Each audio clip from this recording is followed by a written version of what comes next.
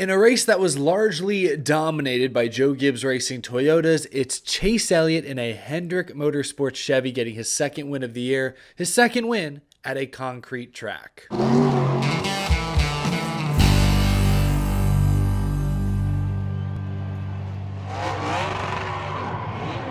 How's it going, y'all? My name is Eric. Welcome to Out of the Groove on the road. I just got back from Nashville Super Speedway. My back aches, my feet ache.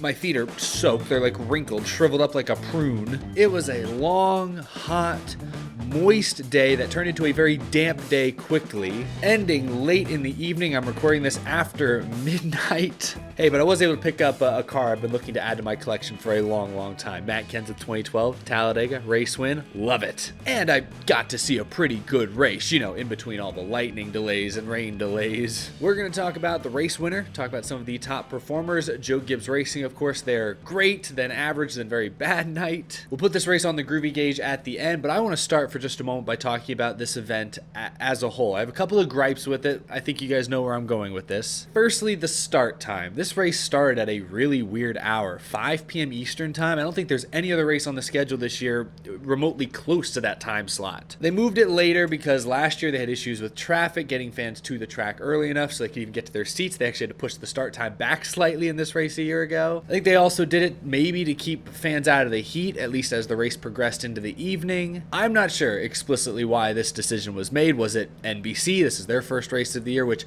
side note, I'm not really going to talk about the broadcast because I was there. I did not see any of it. I heard a lot of good things on Twitter, but I'll watch the NBC broadcast the next couple weeks and I'll let you guys know what I think. NBC was likely a driving force behind the late start time, but boy, these late start times is just during hot months when it's humid, the late afternoon into the evening is when rain is most likely going to hit. Now, according to Danny B, whose house I'm filming this in, who lives here in Tennessee, he said it's been dry the last few days, last few weeks, so today was probably just a fluke, but it's a fluke that, you know, could have been avoided if this race had started closer to like 1 or even 2 p.m. Eastern time, because the rain and the lightning did not hit until after the green flag.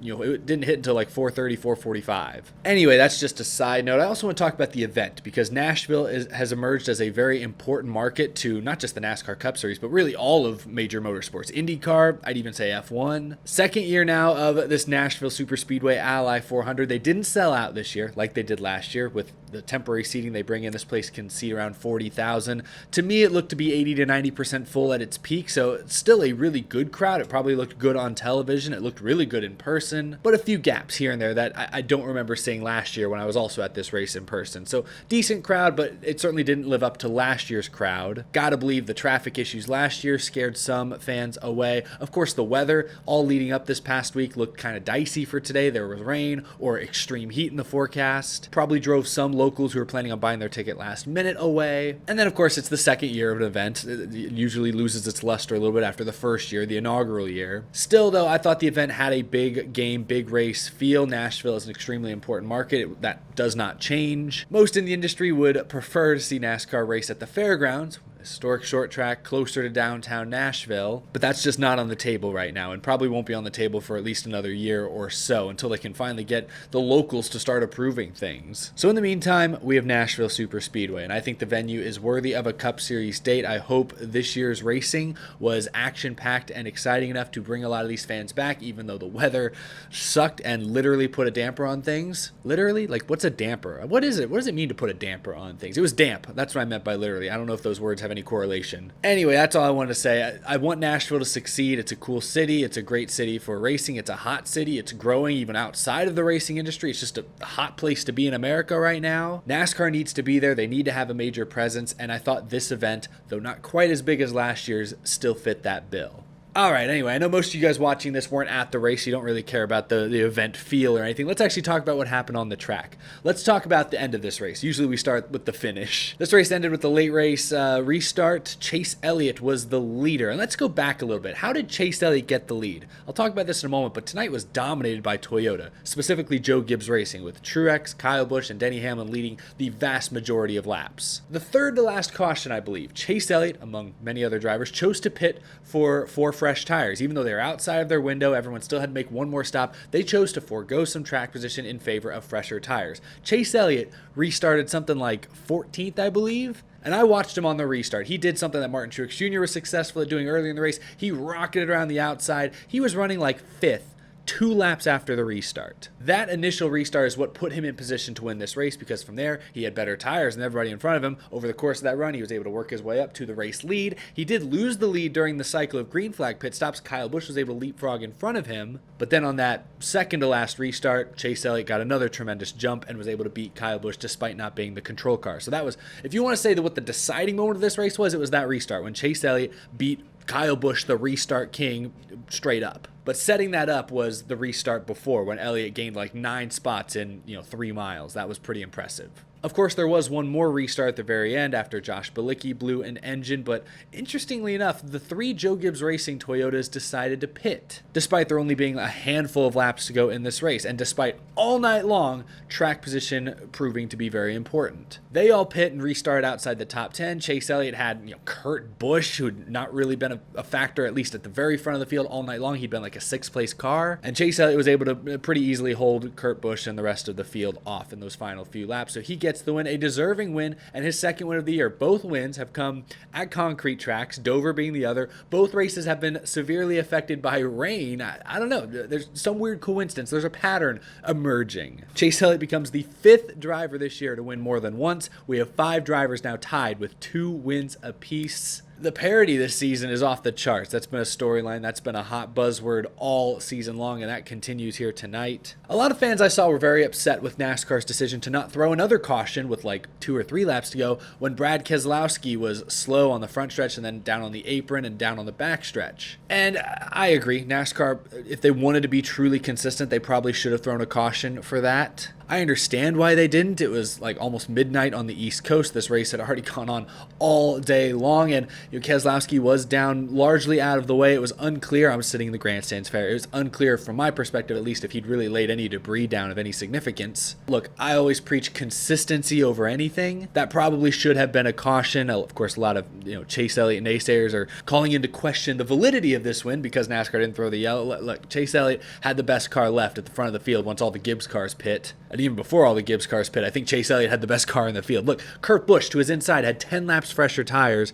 and had nothing for Chase Elliott. Once the sun went down, once the second 2+ hour long red flag was completed, Elliott's car came to life. He was a solid maybe 5th, 6th, 7th place car before the red flag. But once the track cooled off, conditions changed dramatically. Chase Elliott was as good or better than the Gibbs cars that had dominated up to that point. So a deserving win, even if the late race, officiating was somewhat questionable. Look, that's not the most egregious call I've seen NASCAR miss, in the last 3 months. So not the most consistent, but I'm not going to get too hung up over this one. Let's take a look at some of the top finishers because I do want to talk about Joe Gibbs Racing for a moment. A great night for Chase Elliott and his many, many fans, but boy, what a heartbreaking, dejecting, disappointing night for Toyota. This is going to be a long week at the shop over at Joe Gibbs Racing. Denny Hamlin, Martin Truex Jr., and Kyle Busch dominated this race. Up until the final, 40, 50 laps, it seemed inevitable that a Toyota was going to go to victory lane. And then suddenly Chase Elliott came out of nowhere.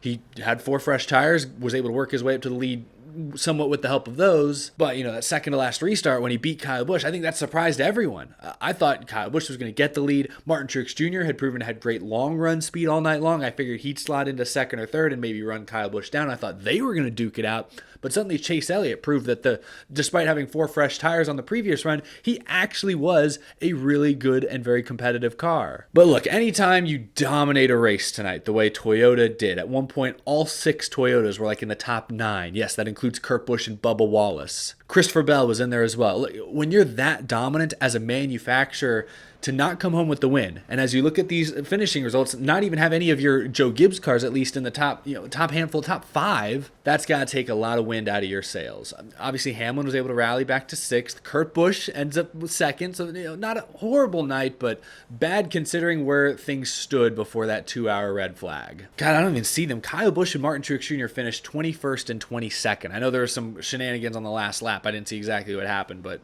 boy, that's a disappointing finish. Anyway, looking at some of these other finishers, Ryan Blaney was pretty competitive all night long until he was back in traffic, had a bad pit stop or something, spun out all on his own, I believe, but rallied to get a top 5. That's a up and down day to say the least. Kyle Larson was weird, kind of like Chase Elliott. Before the red flag, before the sun went down, Larson looked kind of lost, considering he dominated this race a year ago. Like, he was just kind of running outside the top 10, which is pretty bad by Kyle Larson's lofty standards. He rallied once the sun went down, quickly drove back into the top 10, up near the top 5, ends up finishing 4th thanks to, many of the Toyotas choosing to pit there in the final restart. But still a solid day for Kyle Larson. Ross Chastain as well for most of this race was top 5, top 10, very competitive. Trackhouse continues to look very solid. That off week didn't seem to slow them down much. They haven't missed a step. Cindric a top 10, good for him. Christopher Bell had an up and down day, made contact on pit road with BJ McLeod, got blocked in, came back to finish top 10. Logano 9th, I'm kind of quiet, at least from my seats. I didn't really see Logano too much tonight, but I know he was around the top 10. Kevin Harvick at points looked like he had speed to keep up with the Gibbs cars, but on the long run really couldn't. He gets a solid top 10. Eric Jones holds on to 11th. Bubba Wallace comes back to finish 12th. I say comes back because, stop me if you've heard this one, once again the pit crew let him down. He had top 5 speed early on in this race, at least. Not sure really what he had at the end. He never had the track position to show it. But when he had top 5 speed, pit crew, loose wheel. Had to pit twice during a yellow flag sequence. Lost him all his track position. You hate to see it. I think I saw a tweet from Dustin Albino. This is like the 6th or 7th loose wheel that team has committed this year. Most of them they've obviously caught before it falls off, but still, that's a lot of lost track position. No driver is going to make that up. Michael McDowell, man, I didn't realize he fell to 13th. He was running like 8th before the final caution, and I thought he was tracking to finish inside the top 10 yet again. 13th is still solid, but man, I was hoping he'd get another top 10. A few other notables, both Roush Fenway cars looked decent tonight. Looked like both Chris Buescher and Brad Keselowski were looking at top 15 runs. Buescher had a wheel fall off. That caused one of those late cautions, and Brad Keselowski hit the wall with 3 to go. I didn't see exactly what happened. It looked like suspension was broke after he hit the wall. I don't know how that mess started. A few wrecks in this race. Early on, Alex Bowman got spun, I believe, by Corey LaJoie. I need to go back and see a replay. I know he was mad at Corey LaJoie. I don't know if it was actually Corey LaJoie's fault, but tough break for Alex Bowman in that beautiful Ally-sponsored car. That was gorgeous. William Byron and Chase Briscoe got together. I thought at first Ross Chastain made contact with them, but it looked like Briscoe was trying to block, got loose, slid up into Ty Dillon, I think it was. William Byron had a mechanical issue, spent a lot of time in the garage. That was a separate incident. Everything kind of ran together. This was a long day at the track. This race started at like 4 o'clock and didn't end until like 11 Central Time here. So, it was a long day. Let me know how your favorite driver did down in the comment section below. Before we get out of here, let's put this race on the Groovy gauge. This thing's always following me around from track to track. I cannot ditch it. Anytime you go to a race in person, I feel like your score is going to be somewhat skewed. I think anytime you attend a race, you're probably having a good time. You're probably going to boost your score a little bit. If it was a mediocre race in your head, you're going to say, oh no, that was a great race. It was so much fun. You can see more of the action. You can pick and choose which battles you want to follow. You're not at the mercy of what TV is willing to show you. So I'm going to try and rein some of that bias in a little bit. This felt like a great race. Compared to last year's Nashville race, which I also attended in person, this was a huge improvement. I don't know if it's the next gen car, if it was the harsh hot weather conditions early in the day, or the cooler green track conditions at the end, but this race was extraordinarily competitive. Guys could run 3-4 different lanes. We had 3 wide battles for first, second, third, lasting laps. Not just, for a fleeting moment you had 3 wide. No, they'd go on 3 wide for 3, 4, 5 straight laps. It was insane. It looked like Daytona at times. Dirty air, of course, still a factor. It was hard to run right behind somebody, but luckily the track widened pretty quickly to the point where you could pick a middle lane or an outside lane and maybe build some momentum. It felt like during this race, the first 15, 20 laps after a run, everyone was kind of stuck around the bottom, but then after about 15 or 20 laps, people started to move around quite a bit, and that's when things really got fun. And the restarts were fun. First few laps after restart were great. So many side-by-side battles for the lead. I can't count the number of times we saw first and second place literally door-to-door for multiple laps after a restart. Like, that's great stuff. So night and day compared to last year's Nashville Super Speedway race. I'm going to give this one an 80%. I was thoroughly entertained throughout. It's weird because it was basically broken up into 2 separate races. We had a 2.5-hour gap in between, so it was kind of like a first half and a second half, like a basketball game. The racing at the end of the first half was outstanding. That's what made the weather delay all the more painful to sit through. But once they got back racing under completely different conditions, the track still seemed extremely racy. So 80% for me. I loved what I saw. Once again, the next gen showing out at an intermediate style track. One time is a fluke, twice maybe as a coincidence, but this is like what, 5-6 intermediate races here, maybe more, that have been heads and shoulders better than past races at those tracks. Next gen cars figured one thing out for sure, and that is intermediate racing. So a round of applause for tonight's race. I enjoyed it. Let me know what kind of score you would have given tonight's Ally 400 on your own Groovy gauge, and leave a comment about the broadcast. I saw a lot of comments on Twitter. It sounds like NBC did a great job bringing very informative graphics to illustrate the single lug nut pit stops. The new cutaway car they have sounds extremely detailed, so all that sounds great from my end. But again, I didn't get to see any of the broadcast. I'll go back and watch some of it this week for sure, but after Road America, after the next few races, I'll start to form my own opinion on NBC's early season broadcasting. But I'm glad most people seem to enjoy it. It's a shame that this race had to move to USA Network midway through. It got booted off main Fox after the long rain delay. That's a shame. I hope it doesn't kill the ratings too bad. I know it will, but I hope it doesn't take too much wind out of our sails. I feel like I've used that analogy a billion times today. My brain is fried. I just want to sit back and enjoy the beauty of this gorgeous pink car. It took me way too long to finally get my hands on. Anyway, y'all, share your thoughts down in the comment section below. I will see you guys in the next video. If you're new to the channel, be sure to hit that subscribe button. We talk NASCAR almost every single day on this channel, even when I'm out of town. As always, a big thank you to my Patreon supporters as well. I actually met a couple of you guys at the track today. That was really, really cool. Really appreciate your support. You guys go above and beyond, and I truly appreciate it. I met a lot of y'all at the track today, as I typically do when I go out to these races. So a really cool crowd in Nashville. Love the positive energy. Love the vibes out there. Appreciate all you guys who came and said hi. It was really good getting to experience NASCAR with a lot of y'all. I don't know if I like that. NASCAR. Sounds like a cartoon character saying it. I don't know. I don't know if that'll ever catch on, but the race was good. That's all I've got. See y'all.